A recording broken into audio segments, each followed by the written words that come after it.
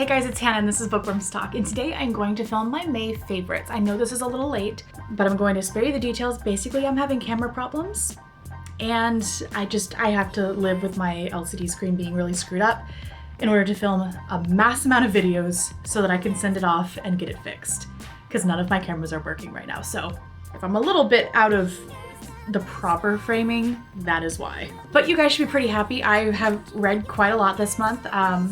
One of the books I still am like this close to being done with, but I'm gonna go ahead and just start off and say what my favorites are. My first favorite, book-wise, is Unseen Messages by Pepper Winters. I will have a review for it linked up here in the card. I really liked that book. I've had kind of like mixed feedback with people who have also read it or have wanted to read it and looked up other reviews. It is a long book. I didn't feel weighed down by the length of it though. I felt very intrigued throughout it, and I thought it was a really great read. More details in the video. My other book favorite is Me Before You by Jojo Moyes. I think I've always said Myers, but I think it's Moyes. I'm listening to it on audiobook and also reading it. I am really liking it. I think I was hyped up a little bit too much because while I love the subject matter, I love that it's talking about something that is never talked about. And for that, I love it just for the originality, and I love it for that whole thing. And the story's really well written and I love it, but like, I don't know, I expected to be like head over fucking heels, cannot breathe without reading it kind of, you know what I mean? Because it's so hyped. I did really like it though, so don't get me wrong. Is that a hole? No, that's just the sun. I thought there was a hole in my curtain. I have 4 cats, so that's something that actually could have happened. Something I want to actually talk about in the beginning of this is my music favorites, because I keep neglecting to mention it. I don't know why I forget, but I have to talk about my music favorites. The new album by the Lumineers called Cleopatra. My favorite song on it is Cleopatra followed by Ophelia. Ophelia is just a sexy song. It's a sexy song. They do Boots of Spanish Leather on this one, which I always really liked because I always had to listen to it on YouTube for their rendition. But Cleopatra is like my everything. And Ophelia I've listened to, like, no shame, at least 20 times in a day. It happened once or 5 times. Oh, there's this album by City and Color. The album is called Should I Go Before You, and it kind of looks something like this. And my favorite songs on there are, oh, what is that one called? It's my favorite one. I always forget the name to it. Northern Blues, Missy Z, or Mizzy C. I can't think of any of the words right now either. It's Not Killing Time.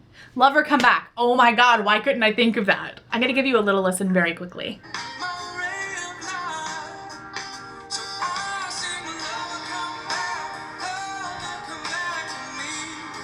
It's just so catchy. I love listening to that one on repeat too. Love that song. And I've also been listening to like a strange amount of Elton John. Okay, now my favorite movie of the month. I'm like, can you tell my demeanor completely changed?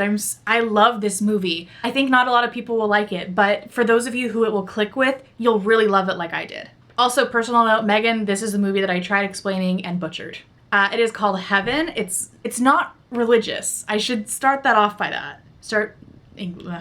It has Cate Blanchett, and I don't intend to butcher his name, but I probably will.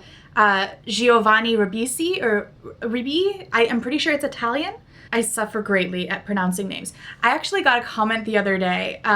Someone was deeply insulted that I mispronounced someone's name because the author was from the same part of the world that they were from, and in the video I was like, I don't really know how to say this, tell me if you know how, and she was very offended that I didn't know how to say his name. So for future reference, if I mispronounce the name, I don't mean to ever do it in a cruel way. I just am not good at pronouncing things. It's just how I am. Anyway, back to the plot of Heaven. It's a movie that doesn't have a bunch of dialogue. It does have some subtitles. It's based in Italy. There is a little bit of subtitles for maybe like the first 15 minutes of the movie, and then the rest of it, there's like a translator. It's a long story. It's such an engrossing movie, and there's so much that's visually going on. It's a visual treat is the best way I can describe it. Devastated by her husband's death from a drug overdose, Philippa, a British teacher living in Turin, Italy, tries to bring justice to the biggest drug dealer in Turin.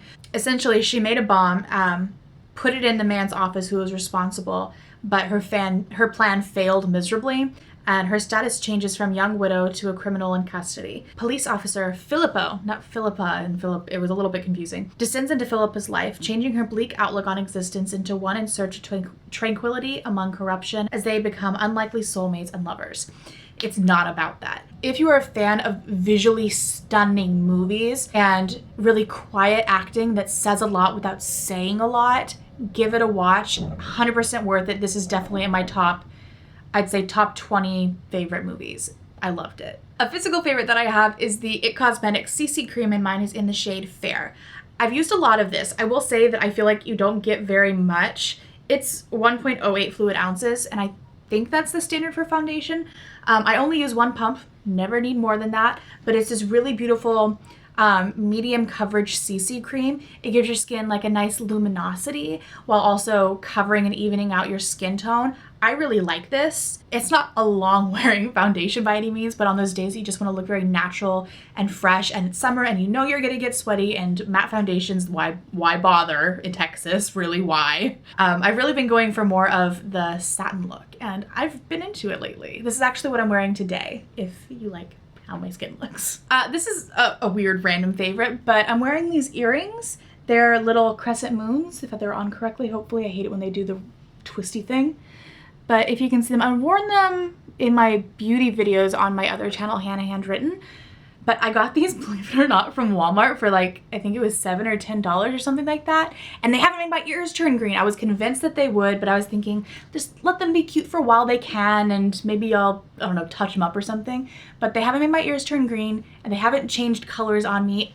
I really like it, actually. But that is all I have in the way of favorites this month. Very short and sweet. I have a lot of videos to film because camera problems, and oh, Mackenzie's visiting right now too, so I haven't really had a lot of time to film, but I'm cool with that. Also a TV show, I almost forgot. I'm still watching The X-Files, really loving that. Yeah, that's about it.